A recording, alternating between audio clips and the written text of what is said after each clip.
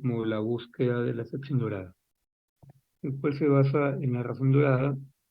Es un valor matemático que es igual a raíz 5 menos 1/2, el cual nos ayuda a obtener de una manera eficiente los valores de x1 o x2 y de la distancia d para las siguientes iteraciones. Y así poco a poco ir reduciendo el intervalo que contiene a nuestro max. Que recuerden que esta técnica como tal está diseñada para encontrar máximos en una función.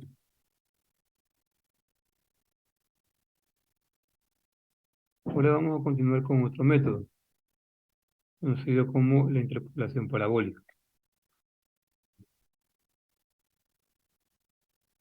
En sí, la interpolación parabólica se podría decir que aprovecha la ventaja de que un polinomio de segundo grado con frecuencia proporciona una buena aproximación a la forma de la función en las cercanías de un valor óptimo. Y que recuerden que un polinomio de segundo grado puede ser cóncava de dos maneras distintas, siempre y cuando la función esté despejada con respecto a la variable x. Podemos tener que es cóncava hacia abajo o cóncava hacia arriba. Y es que en esta, sea que sea cóncava hacia abajo o hacia arriba, justamente va a haber una pequeña sección de la curva que es plana. En esta sección donde es plana, vamos a tener que la derivada de la función en esa sección plana es simplemente igual a cero. Y por lo tanto, esto de aquí guarda un óptimo.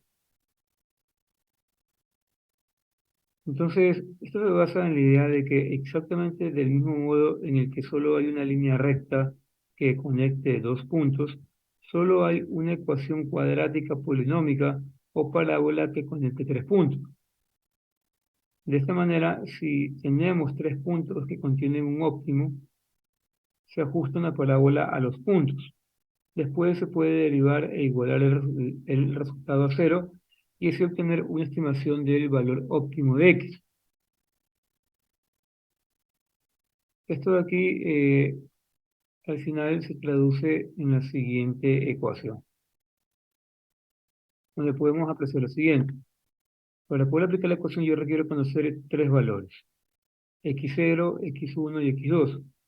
Aquí en el esquema de la derecha podemos ver que estos tres valores son compartidos, tanto por la función real, indicada por líneas segmentadas, como nuestra aproximación parabólica del máximo, sería la línea negra sólida.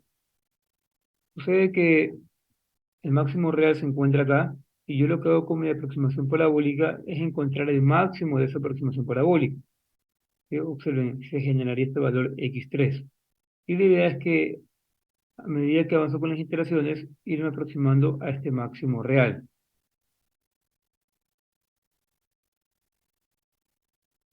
Entonces, así, después de generar el nuevo punto, hay dos estrategias para seleccionar los puntos para la siguiente iteración, porque ahora tendríamos cuatro puntos. Y el método trabaja con tres para predecir un cuarto valor de x. El enfoque más sencillo, que es similar al método de la secante, es simplemente asignar los nuevos puntos de manera secuencial. O sea, para la nueva iteración, podríamos decir que x0 es igual a x1, x1 igual a x2 y x2 igual a x3. De forma alternativa, lo que se puede hacer es emplear un enfoque de regionalización, que es parecido al de la bisección o de la búsqueda de la sección dorada.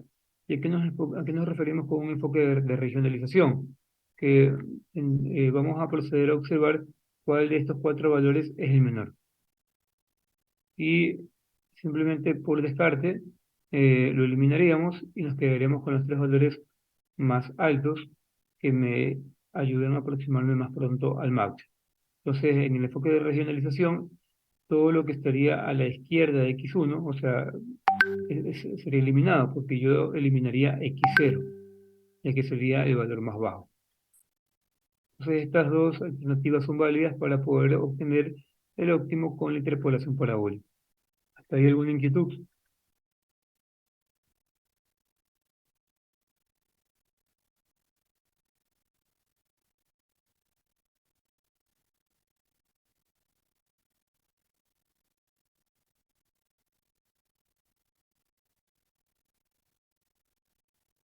Continuamos. Ahora lo que vamos a hacer es lo siguiente.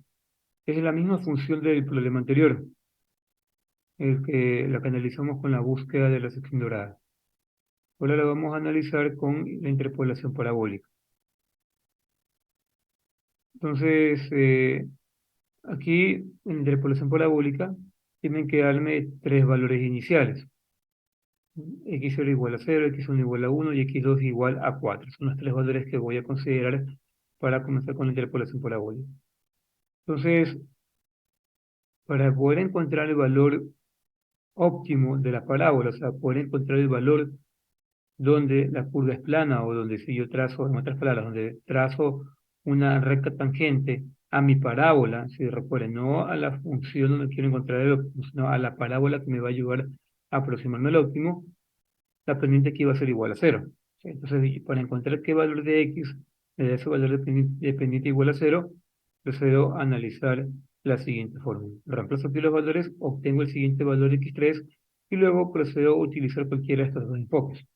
Simplemente asignar los nuevos valores x0, x1 y x2 de manera secuencial o simplemente utilizar un enfoque de regionalización. Entonces, con esta idea, intenten hacer el siguiente problema, donde tengan en cuenta que esta función la pueden observar en la calculadora, perdón, en las diapositivas que tienen que estar en el aula virtual. Intenten hacer el siguiente ejercicio.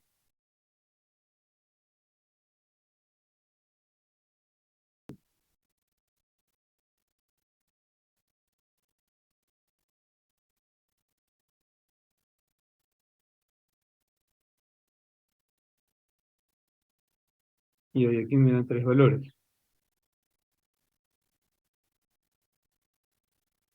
X0 igual a 0, X1 igual a 1 y X2 igual a 4. Ahora lo que voy a hacer es evaluar estos valores en la función.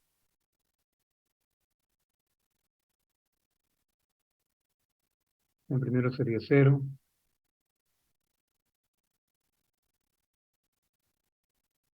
pues deben de colocar la calculadora en radianes.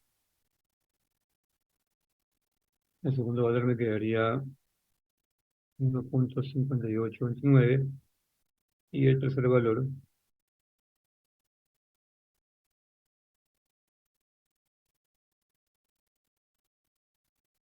me estaría quedando menos 3,1136.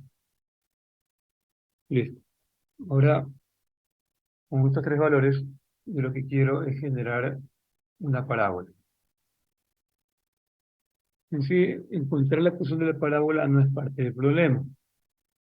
Nosotros vamos a brincar directamente a determinar cuál es el valor donde esta parábola tiene una pendiente igual a cero. El valor x, donde esta parábola tiene una pendiente igual a cero. Y por eso nos basamos en la fórmula. En este caso me quedaría que x3 sería para la primera iteración, x3 sería igual a lo siguiente. F de x0, que equivale 0 por x1 al cuadrado menos x2 al cuadrado más f de x1, 1,5829 por x2 menos x0, ¿sí? X2 al cuadrado menos x0 al cuadrado, más f de x2 menos 3,1136 por x0 menos x1. O sea, es 0 al cuadrado menos 1 al cuadrado. Todo esto dividido para 2 por x0 por x2, perdón, 2 por f de x0 por x1 menos x2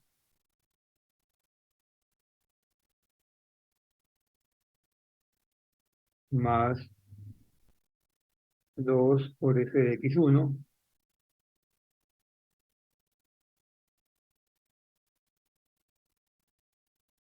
por x2 menos x0 y más 2 por f de x2 por x0 menos x1. Reemplazamos todos estos valores y calculamos. Entonces el valor de x3 que obtendría sería el siguiente. Me quedaría 1,5055. De aquí, con este valor, ¿qué hacemos?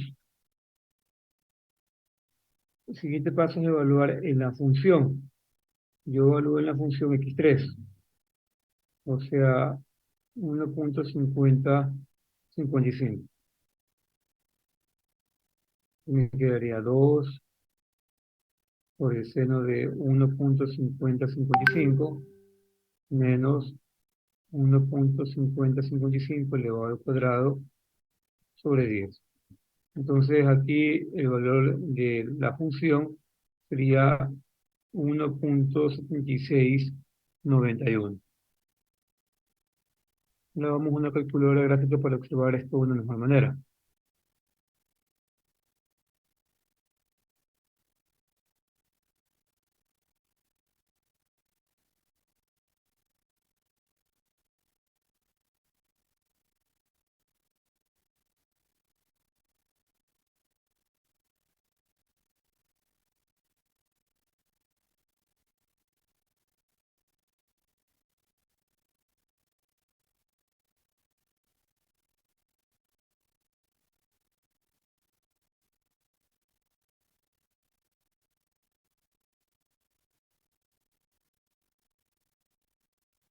Aquí sería la gráfica de la función y básicamente lo que estamos buscando es este máximo, ¿sí?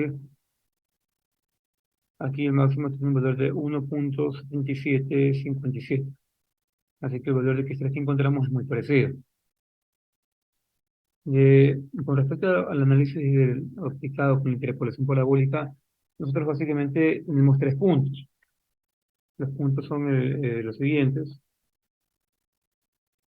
Sería cero como la función evaluada en cero. Tenemos el punto A. Luego tenemos 1, la función evaluada en uno. Y finalmente 4, la función evaluada en 4. Tenemos los puntos A, B y C. Sucede que con estos puntos yo procedí a generar una parábola. Creo que aquí hay una función que me permite generar una parábola en base a tres puntos. Vamos viendo.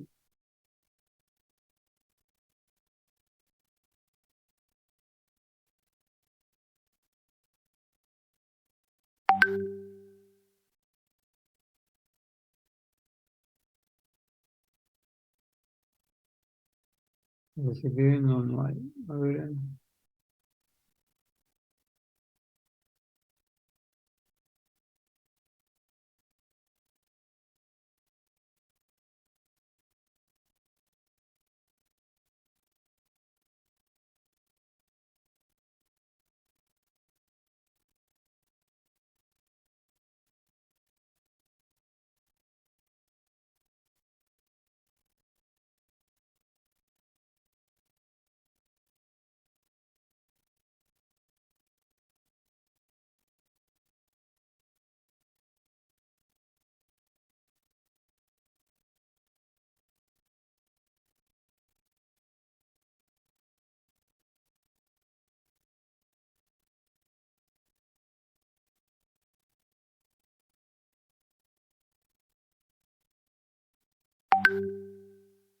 No.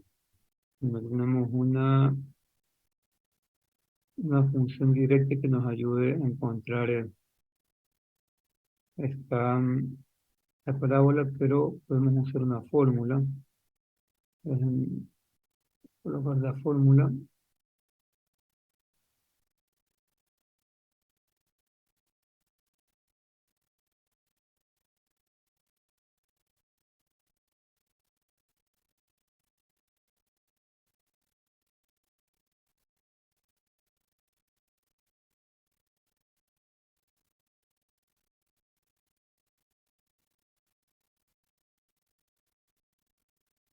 La fórmula creo que la vimos en una de las unidades anteriores. A ver,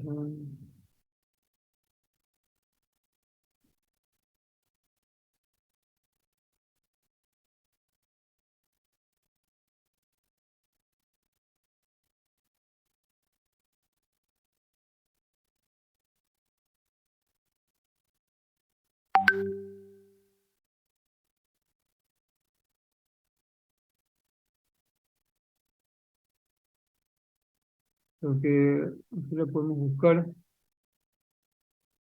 Eh, no sé si aparezca aquí o que está en las diapositivas. No creo que aquí no está.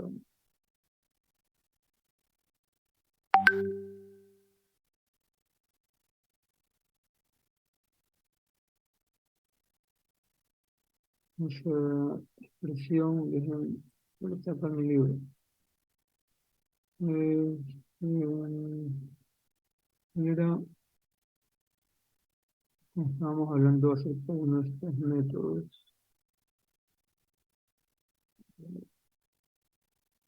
Era, estábamos en ecuaciones algebraicas lineales.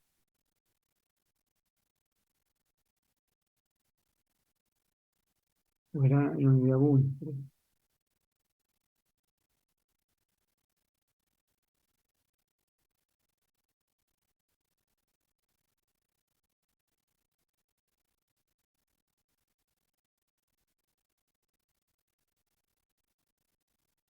Sí, con el método de Müller me parece que teníamos una forma alternativa. Vamos viendo.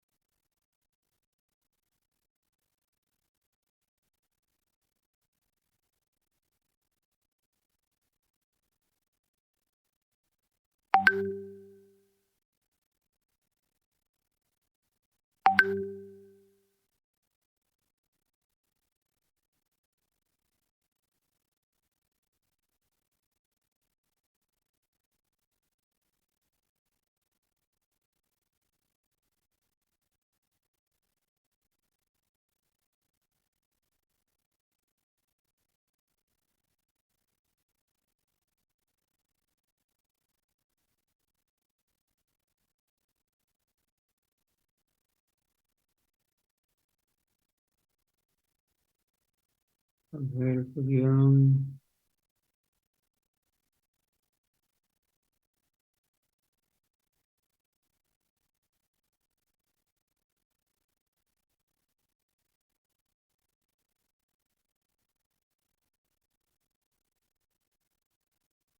mm, Pero habría que encontrar los valores de A, B y C.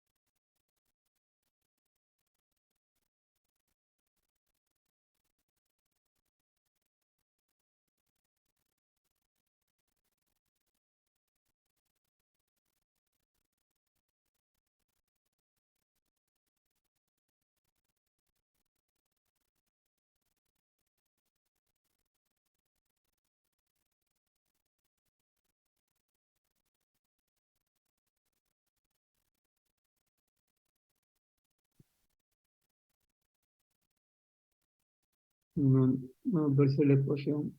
En caso, con el método de Miller habría que encontrar los valores de A, B y C, pero eso bueno, llevaría más tiempo.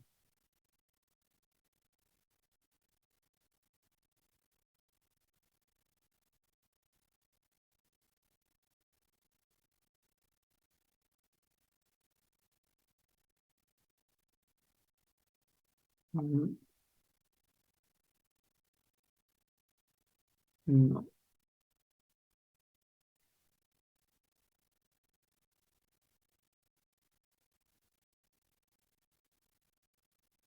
Bueno, no podría colocar directamente la ecuación de la parábola. No encuentro la ecuación general, aunque se puede usar el método de Müller para hacer esto, pero nos llevaría tiempo porque hay que encontrar las constantes A, B y C. Entonces, la idea es que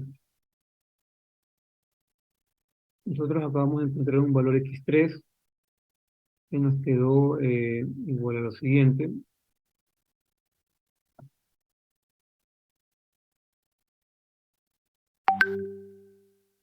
El valor fue igual a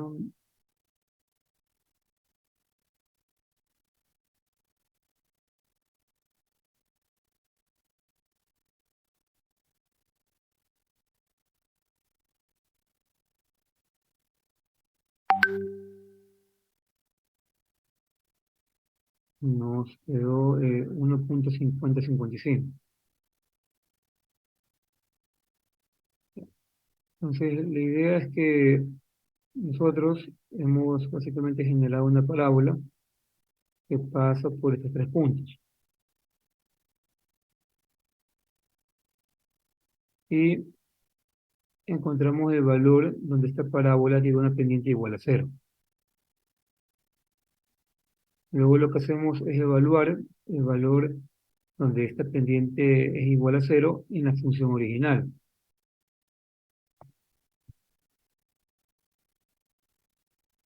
Evaluamos 1,5055 en la función, quedando en este punto D. Este punto D, como se puede observar, se encuentra bastante cerca del óptimo. Es está en el punto 1,4276. Entonces, la idea es seguir con las iteraciones hasta aproximarnos lo que más podamos a esta cantidad. Entonces, para la siguiente iteración, lo que vamos a hacer es el uso de un enfoque parecido al de la sección dorada, para determinar qué punto vamos a descartar, porque ahora tengo cuatro puntos y yo requiero simplemente usar tres puntos en este método. Entonces, eh, observando la gráfica, aquí tenemos los cuatro puntos, A, B, C y D. Entonces, debido a que la función en el nuevo punto es mayor que en el punto intermedio, que recuerden muy bien que los nombres de los puntos son los siguientes, esto es x0, aquí tendríamos x1 y acá en 4 tendríamos x2, ¿sí? Y mi nuevo valor sería x3. Entonces, debido a que la función en el nuevo punto es mayor que en el punto intermedio, el punto intermedio sería x1, y el nuevo valor de x está a la derecha de dicho punto, lo que vamos a hacer es descartar el valor inicial inferior, o sea, x0. Descartamos el valor inicial inferior, o sea, todo lo que está a la derecha de x1 lo descartamos y procedemos a indicar para la siguiente iteración. Esto fue para i igual a 1, para i igual a 2, que es lo que va a ocurrir. X0 se convierte en x1. X1 se va a convertir en 1.5055, este es el valor que acabé de encontrar, y x2 va a seguir siendo 4. Entonces, teniendo en cuenta esto, procedemos a realizar la siguiente iteración, con i igual a 2. Entonces aquí, como les había indicado, x0 es igual a 1, x1 es igual a 1.5055 y x2 viene a ser igual a 4. Entonces evalúo en la función 1, y en realidad ya sé cuánto es este valor. En la iteración previa me quedó 1.5829. Luego evalúo la función en 1.5055. Esto lo calculé también en el paso previo para poder saber cuánto es el valor de la función y ver si estoy muy cerca del óptimo. ¿Cuánto me quedó? Me quedó 1.7691. Y luego evalúo la función en 4, que también lo calculé previamente, quedándome menos 3.1136. Y procedemos a hacer el mismo análisis que hicimos previamente para calcular un nuevo valor x3. Entonces, ¿qué me quedaría aquí? Me quedaría la función evaluada en x0, o sea, 1.5829 por x1 al cuadrado menos x2 al cuadrado,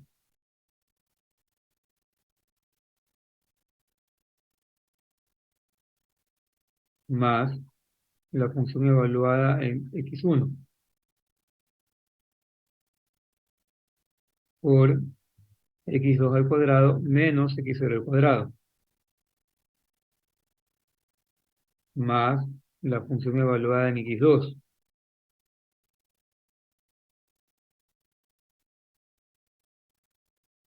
por x0 al cuadrado menos x1 al cuadrado.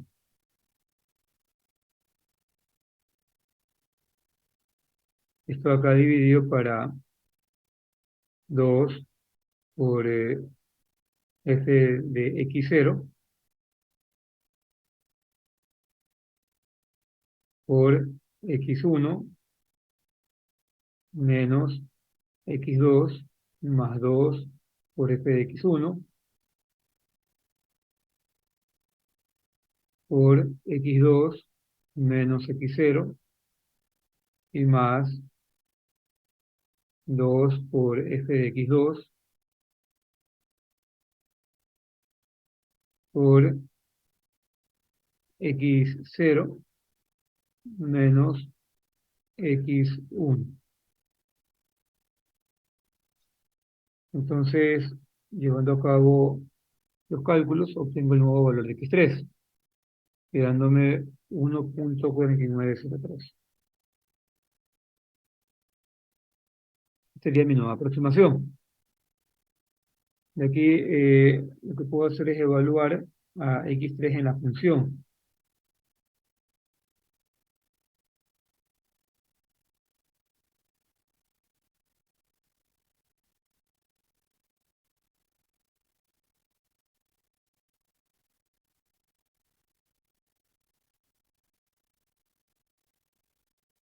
¿Y cuánto me quedaría aquí? Estaría quedando 1.7714. ¿Cómo es una manera, eh, existe alguna manera que yo pueda saber que me estoy acercando al óptimo? Sí, simplemente yo lo que puedo plantear es el cálculo de la derivada de la función. Entonces, que me quedaría 2 coseno de x menos x quinto, ¿sí? Menos x sobre 5. Y lo que tengo que hacer es evaluar en esta expresión justamente este valor que acabo de encontrar. Entonces, evaluando la derivada de la función 1.7714, me quedaría lo siguiente.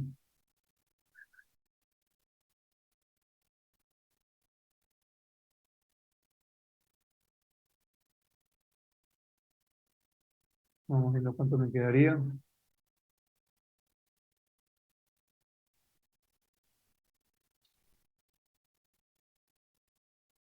La calculadora debe estar en radianes.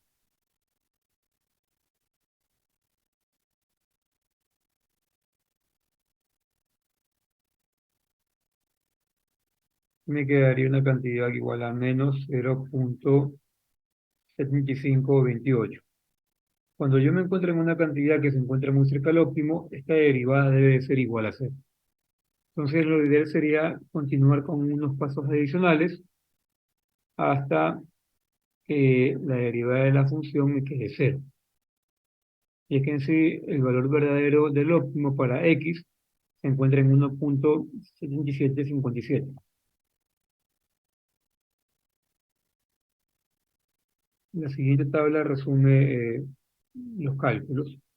Aquí se pueden observar que se han realizado hasta unas 5 iteraciones y justamente en la última iteración se obtiene que el valor del óptimo es el correcto. Entonces recuerden que en las iteraciones siguientes ustedes pueden usar un enfoque de regionalización o de sustitución por recurrencia para encontrar dónde se encuentra el óptimo. Entonces esto con respecto a la interpolación parabólica. Entonces hay que tener en cuenta que al igual que en el método de la falsa posición, en la interpolación parabólica puede ocurrir que solo se retenga un extremo del intervalo. O sea que todo el tiempo nos quedemos con un valor fijo en nuestros cálculos. En este caso, x2 es igual a 4. Podría llegar a ocurrir que todo el tiempo x2 se quede fijo. Esto podría ocasionar que la convergencia sea lenta.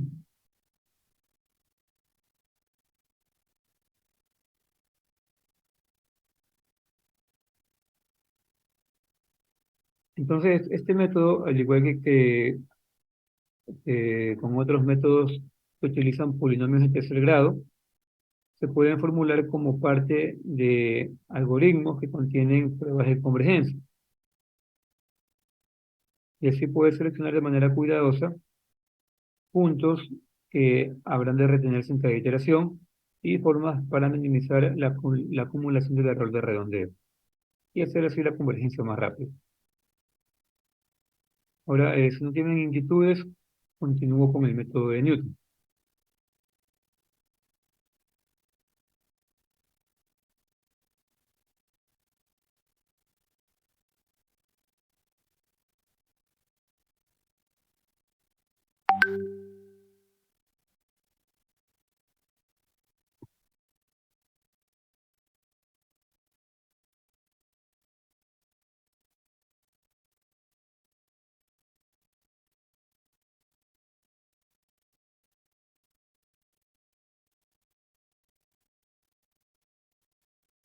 Bueno, entonces, ahora vamos a hablar acerca de otro método de optimización unidimensional, conocido como método de Newton.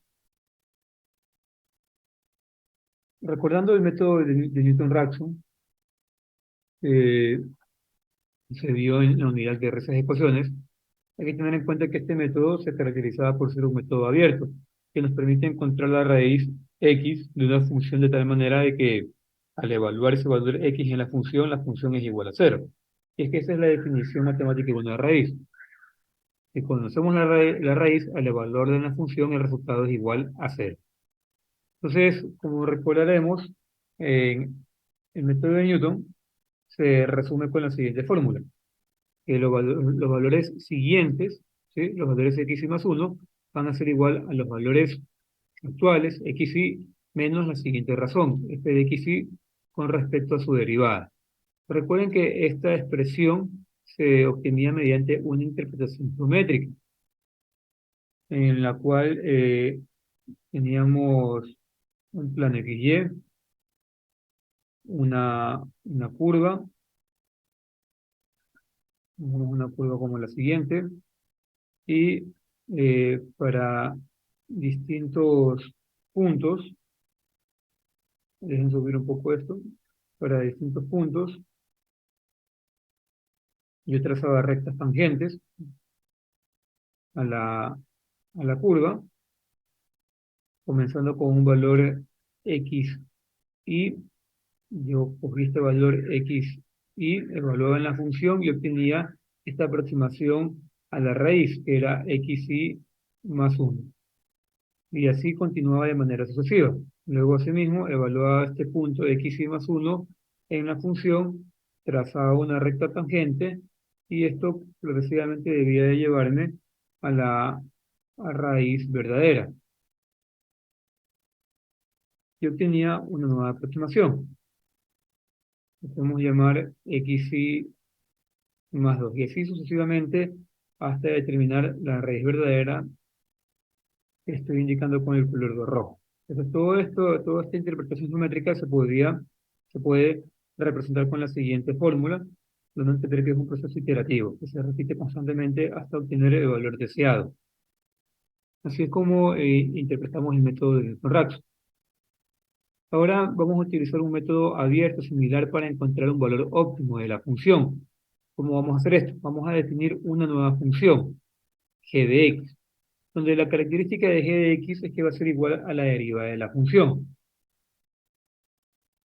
De este modo, como el mismo valor óptimo, llamémoslo x asterisco, satisface a ambas funciones, o sea, pertenece al dominio de ambas funciones, y si yo evalúo x asterisco en la función g de x y en la función f' de x, es que son iguales, el resultado va a ser igual a cero.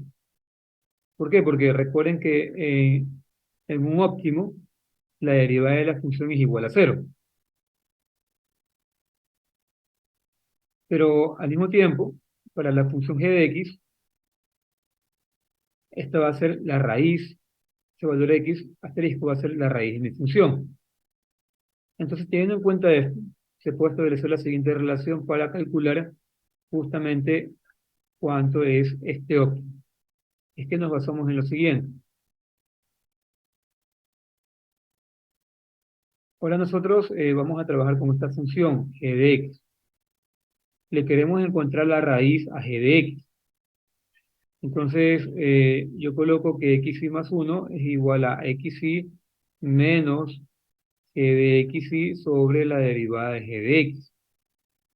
Pero, como recordaremos, estamos estableciendo que g de x es igual a f' de x. Entonces, si se fijan en el denominador, tengo que derivar a g de x. Entonces, la derivada de g de x, ¿a cuánto va a ser igual?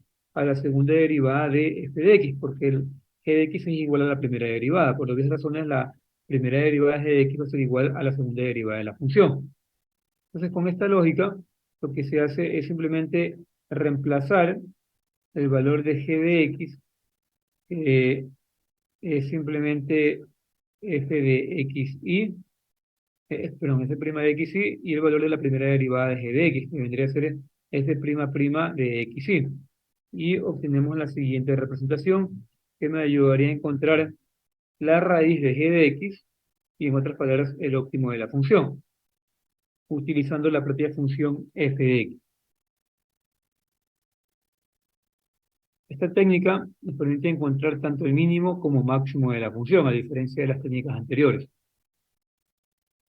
Hay que observar que esta ecuación también se puede obtener escribiendo una serie de Taylor de segundo grado para la función e igualando la derivada de la serie a cero. Y es que este método es similar al método de Newton-Raphson y no requiere de valores iniciales que contengan un log, solo requiere un valor que se encuentre cerca de él. Además, también hay que tener en cuenta que posee desventajas y puede llegar a ser divergente, tal cual el método de Newton-Raphson que vimos previamente. También es usualmente una muy buena idea verificar que la segunda derivada tenga el signo correcto para confirmar que la técnica converge al resultado deseado. Es que recuerden que el signo de la derivada nos puede indicar que la función es cóncava hacia arriba y cóncava hacia abajo. Y dependiendo de esto podemos establecer si estamos ante un máximo o un mínimo.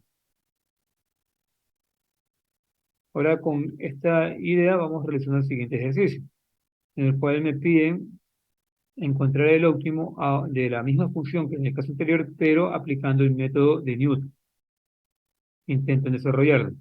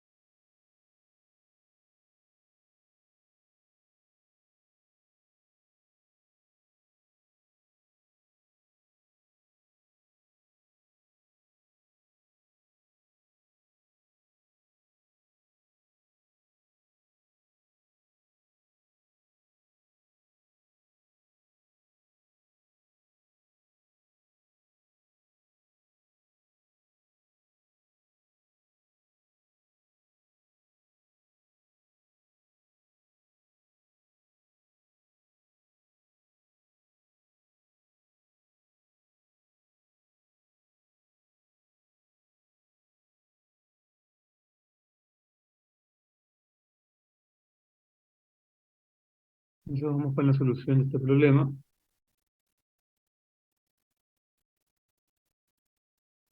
Aquí tenemos la función de x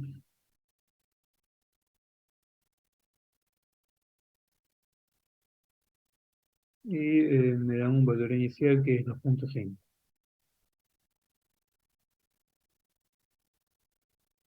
Entonces, esta función tiene un óptimo cerca de 2.5. Lo que hacemos a continuación es derivarlo. La derivada sería 2 coseno de x menos 2x sobre 10, que se puede escribir como x sobre 100.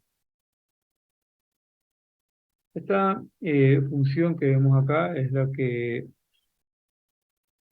el enunciado del método de Newton la llama función g de x.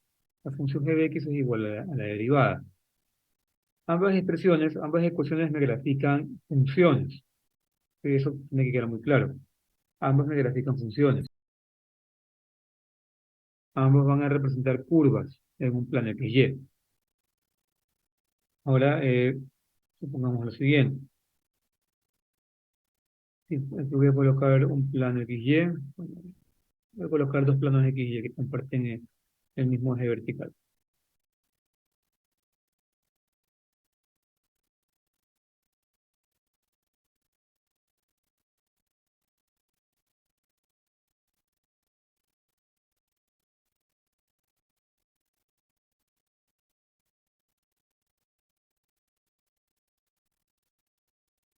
Entonces, supongamos que la gráfica de f de x es una función como esta. Es una suposición. Esta es la gráfica de f de x, la función que me da el problema. En esta gráfica, el óptimo se puede observar que ocurre justamente aquí. Vamos a señalarlo. Supongamos que el óptimo es este punto. Aquí, al momento de trazar una recta tangente, la derivada de la función es igual a cero. Eso podemos afirmarlo. Aquí, f' sí va a ser igual a cero. Vamos a suponer que el valor donde ocurre el óptimo se llama x asterisco. Entonces, si yo evalúo a la función, a la derivada de la función en x asterisco, esto es igual a cero. Eso queda bastante claro.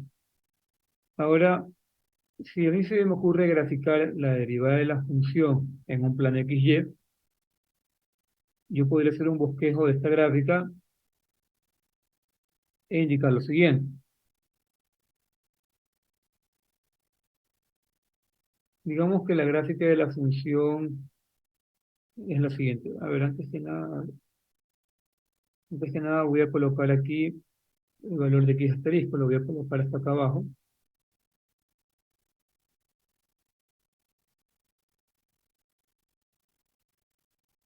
Y coloco la derivada de la función. Digamos que la derivada de la función me grafica la siguiente curva. Es un bosquejo nada más. Tal vez la curva esté mal, pero lo que yo puedo afirmar de esta curva es que justamente en x asterisco la función corta el eje x. Recuerden, esta es la función g de x, que es igual a la derivada de la función de f. Me genera la siguiente curva. Entonces, recuerden muy bien que esta ecuación, que es la derivada de f de x, es una ecuación que me va a dar los valores de las pendientes de las rectas tangentes a f de x para cualquier valor del dominio de la función. Entonces, si yo quiero saber cuánto es el valor de la pendiente para un valor que se encuentra a la izquierda de x asterisco, lo que debería hacer es, si conozco la derivada, evaluar ese valor en la derivada y voy a obtener la pendiente. Y así con cualquier otro valor. Pero de lo que sí puedo estar seguro, es que en x asterisco, que es el óptimo, si yo evalúo ese valor en la derivada de la función, el resultado es cero. Por lo tanto, Eso quiere decir que para la función g de x, o en otras palabras es igual a f' de x, justamente en x asterisco la función tiene el valor de cero, o sea, corta el eje x y se convierte en la raíz de la función. Por eso es que aplicamos el método de Newton a la derivada de la función. Porque básicamente, al aplicar el método de Newton a la derivada de la función, o sea, estamos planteando que estamos encontrando la raíz de una función. Y es que el método de Newton se aplica para las funciones donde queremos encontrar la raíz de dicha función. Pero para mi problema, esta misma raíz que yo encuentre va a ser el óptimo de la función original. Y esa es la idea detrás del método de Newton. Entonces,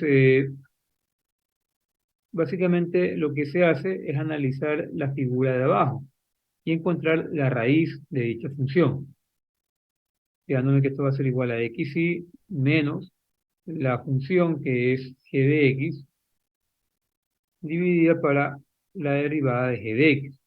Y ya sabemos que en realidad esto de aquí se puede escribir como xy menos g de x, que vendría a ser la derivada de f, sobre la derivada de g de x, que vendría a ser la segunda derivada de x. Entonces, ¿qué me faltaría encontrar aquí? La segunda derivada de x. Y escribo mi función. Entonces, la función que voy a utilizar hasta encontrar el óptimo va a ser igual a xy menos f' de x, que vendría a ser 2 coseno de x menos x sobre 5, dividido para la segunda derivada. La segunda derivada la podemos obtener de forma directa, ¿no? Que sería menos 2 seno de x menos un quinto. Y esta es la expresión que vamos a utilizar en el transcurso del problema, comenzando con x igual a 2,5. Entonces, para y igual a 1, voy a calcular, perdón, para y igual a 0, iré calculando x1, que sería igual a x0 menos c' de x0 sobre la segunda derivada de f evaluada en x0, quedándome simplemente 2,5 menos 2 coseno de 2,5 menos 2,5 sobre 5, dividido para menos 2 seno de 2,5 menos un quinto. Esta sería mi primera aproximación al óptimo o a la raíz de la derivada de la función. Entonces, llevando a cabo los cálculos, me quedaría, mi primera aproximación sería igual a 0,99508.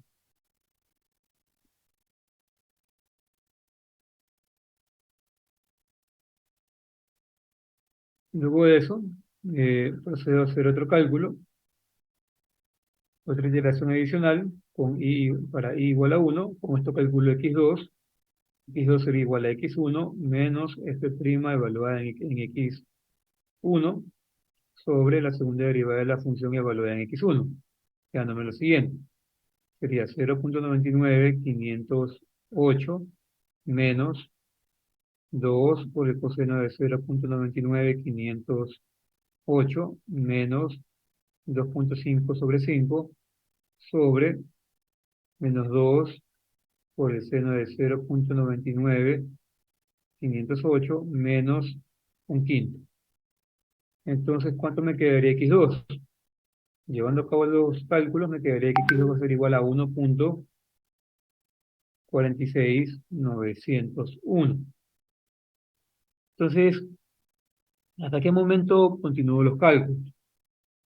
Los cálculos deberían ser continuados hasta que la derivada de la función evaluada en el valor de x que estoy encontrando sea aproximadamente igual a cero. Vamos a aprovechar que estamos en i igual a 1 para calcular. Entonces, evalúo en la derivada de la función 1,46901. Que esto de aquí sería igual a 2 por el coseno de 1,46901 menos, a ver, aquí hay un error, aquí no es menos 2,5, Aquí sería menos 0,99508 sobre 100. Entonces, continuando, evalúo lo siguiente, aquí sería menos 1,46, menos 1,46,901 sobre 100. Evalúo esta expresión en la función y si me queda muy cercano a cero, terminaremos el cálculo.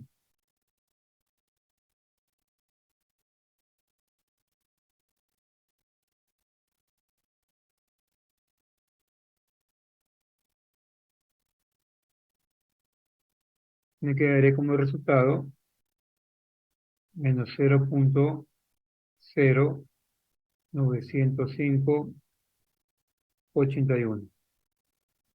Entonces, la tendencia sería que esta cantidad cada vez se acerque más a cero a medida que voy avanzando con los cálculos.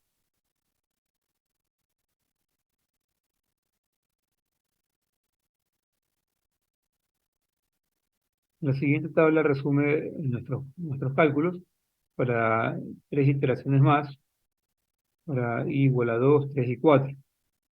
Y se puede observar lo siguiente. A medida que vamos evaluando el valor de x en la primera derivada de la función, vemos cómo esta cantidad tiende a acercarse a cero. Esto fue lo que yo evalué previamente. Pero las siguientes iteraciones me quedarían cantidades muy cercanas a cero hasta que aparentemente en la cuarta me queda cero. Y quiere decir que entonces este valor es la raíz de esta función y por lo tanto al mismo tiempo vendría a ser el óptimo de esta expresión que tenemos acá, de f de x. Y este sería el valor óptimo, que se encontraría en la coordenada 1,42755, 1,77573. Básicamente lo que hicimos fue lo siguiente. Vamos a la calculadora gráfica.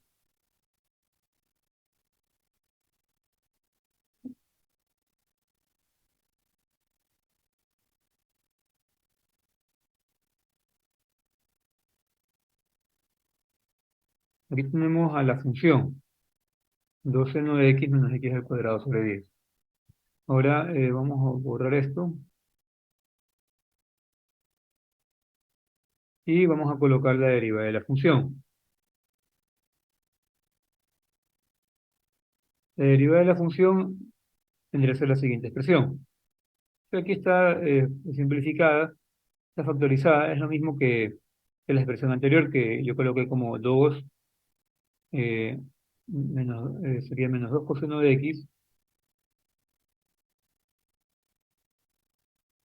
menos x sobre 5, ¿no? Perdón, sería simplemente 2 coseno de x menos x sobre 5. Está factorizado nada más. Es la misma expresión. Entonces, aquí podemos apreciar lo siguiente. Tenemos dos curvas. Una curva es la función f de x. Su óptimo, cerca de 2,5, se encuentra acá, en esta coordenada. Entonces, la derivada de la función es esta expresión que tenemos aquí y me grafica esta curva. Esta curva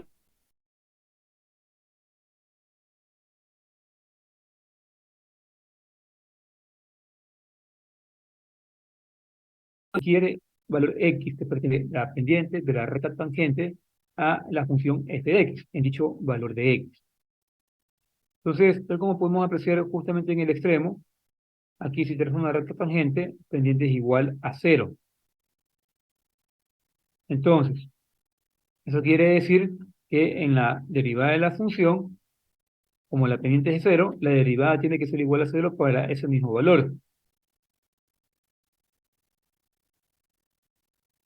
Y esto es lo que hemos estado analizando.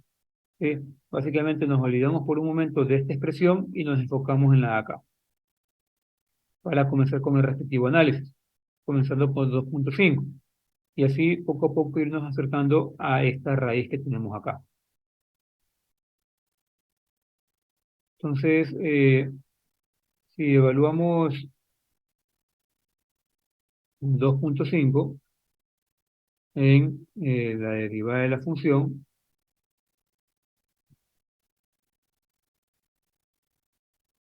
obtengo este punto A. Si aquí yo trazo una recta tangente,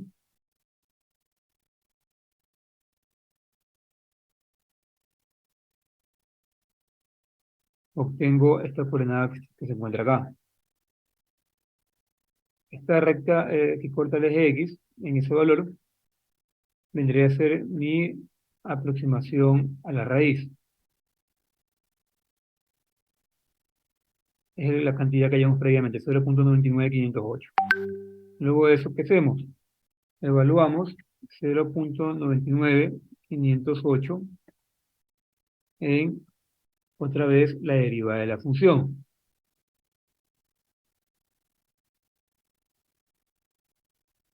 Y obtengo este punto que tenemos acá.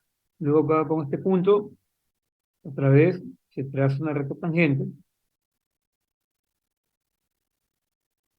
y se obtiene una nueva aproximación a la raíz. El punto en cuestión sería el siguiente, cuya coordenada va a ser 1,46901,0. Y así seguimos continuando. Luego evaluamos esta cantidad en la derivada de la función.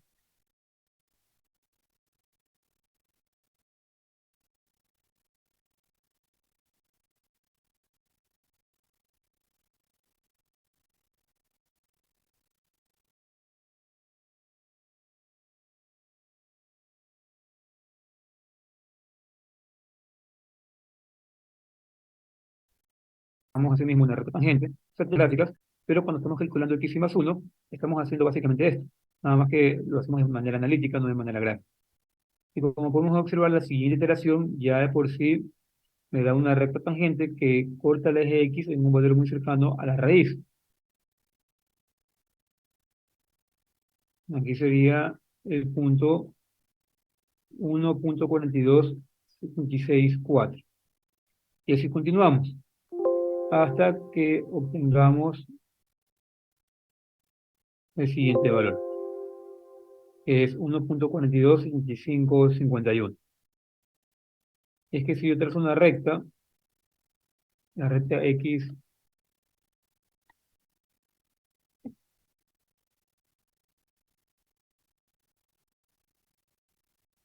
ver,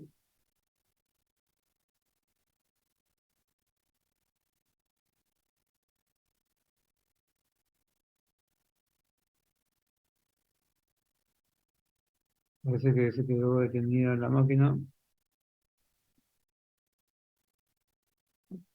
Si aquí yo trazo una recta,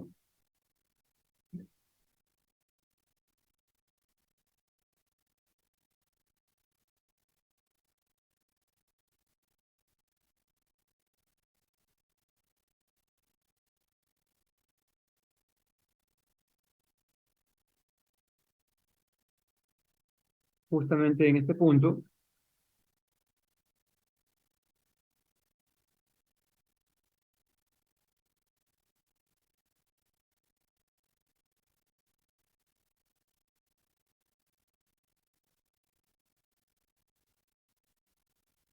no deja graficar por el momento.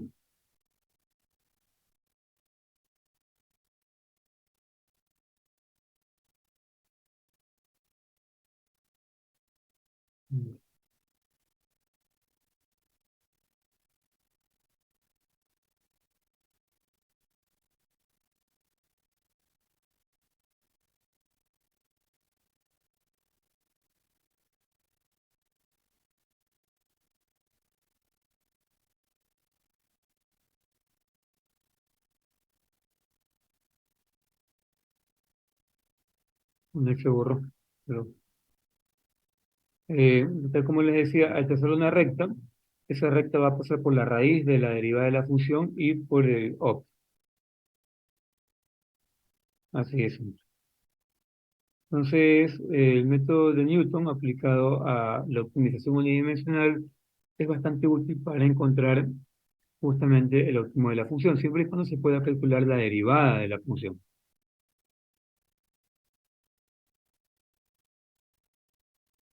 En los casos en los que no se puede calcular la derivada de la función, hay otros procedimientos que no implican la devolución de la derivada. Por ejemplo, se podría desarrollar una versión del método de Newton parecida al de la secante, usando aproximaciones de diferencias finitas para las evaluaciones de la derivada.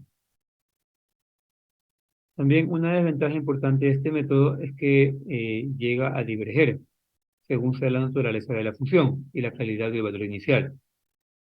De esta manera, usualmente se emplea solo cuando se está cerca del valor óptimo.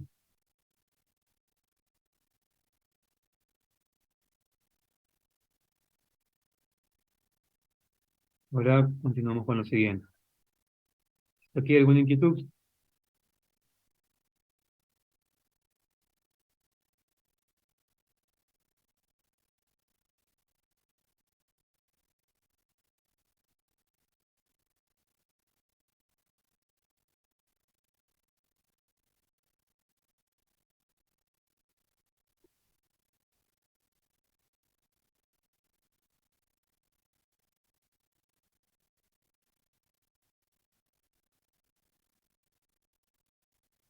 Ahora continuaremos con el método, perdón, con el tema de optimización multidimensional sin restricciones.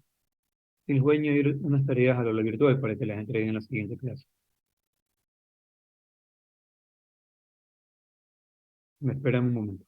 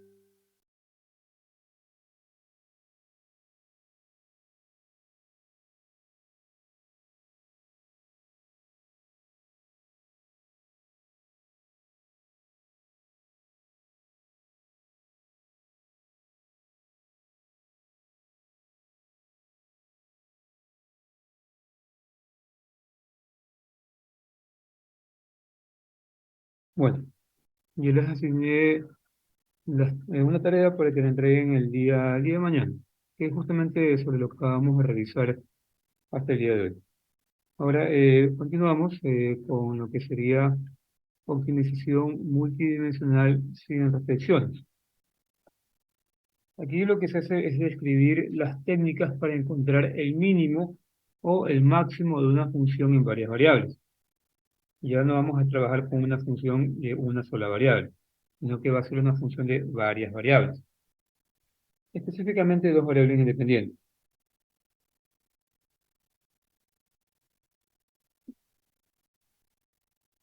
En sí, si recordamos la sección anterior,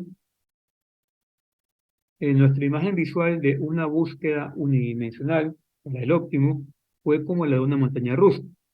Una montaña rusa se podría decir que tiene crestas y valles. Y en esas crestas y valles tenemos lo que son los óptimos, divididos, clasificados en máximos y mínimos. En el caso de una función de dos variables independientes, ya la imagen representativa cambia ligeramente. Y es que ahora tenemos lo que serían montañas y valles, ¿sí? Tendríamos lo que serían montañas y valles. Entonces, cabe recalcar que para problemas de más dimensiones no podemos implementar imagen. Entonces, por tal motivo vamos a limitar el estudio de este capítulo a problemas de dos dimensiones, o sea, dos variables independientes. Y esto se debe a que las características esenciales de las búsquedas de óptimos para funciones multidimensionales sin restricciones se clasifican de varias maneras. Entonces, para propósitos del análisis que vamos a llevar a cabo, las vamos a dividir dependiendo de si se requiere la evaluación de la derivada. Los procedimientos que no requieren la evaluación de la derivada se denominan métodos sin gradientes o directos, mientras que aquellos que requieren el cálculo de derivadas se conocen como métodos de gradientes o métodos de descenso o ascenso. Entonces comenzamos con los métodos directos.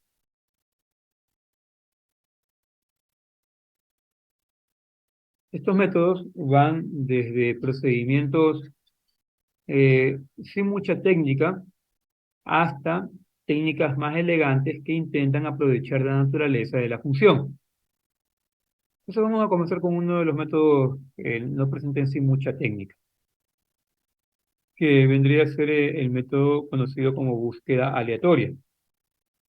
Un simple ejemplo de este tipo de métodos consiste en lo siguiente. Tal como su nombre lo indica, este método evalúa de manera repetida la función con los valores seleccionados aleatoriamente del dominio de la función. ¿Sí? Simplemente lo que hace es seleccionar cualquier valor que pertenezca al dominio de la función de manera aleatoria. La idea es que si el método se lleva a cabo con un número suficiente de muestras, eventualmente vamos a localizar el OP. Entonces podemos suponer que nuestra función es la siguiente. Esta es la función que se graficaría por una función de dos variables independientes, lo que vemos a la derecha, y lo que se encuentra a la izquierda es el dominio de la función. Entonces, si conocemos el dominio, y digamos que no conocemos a la superficie, solo conocemos el dominio, podemos proceder a elegir cualquier valor del plano XY de manera aleatoria hasta que por prueba y error logremos llegar al óptimo. Esa es la idea general. Entonces, para practicar este método, vamos a hacer el siguiente ejercicio. En realidad tampoco es que sea un método inútil, ya que en algunas circunstancias, dependiendo de qué tan pequeño sea el dominio de la función y cómo sea la función a evaluar, puede ser un método que nos lleve al óptimo de una manera rápida y eficiente. ¿Sí?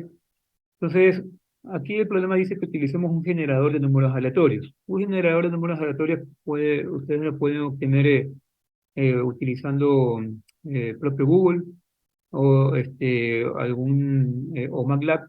donde colocan la función random para que le generen pares ordenados aleatorios.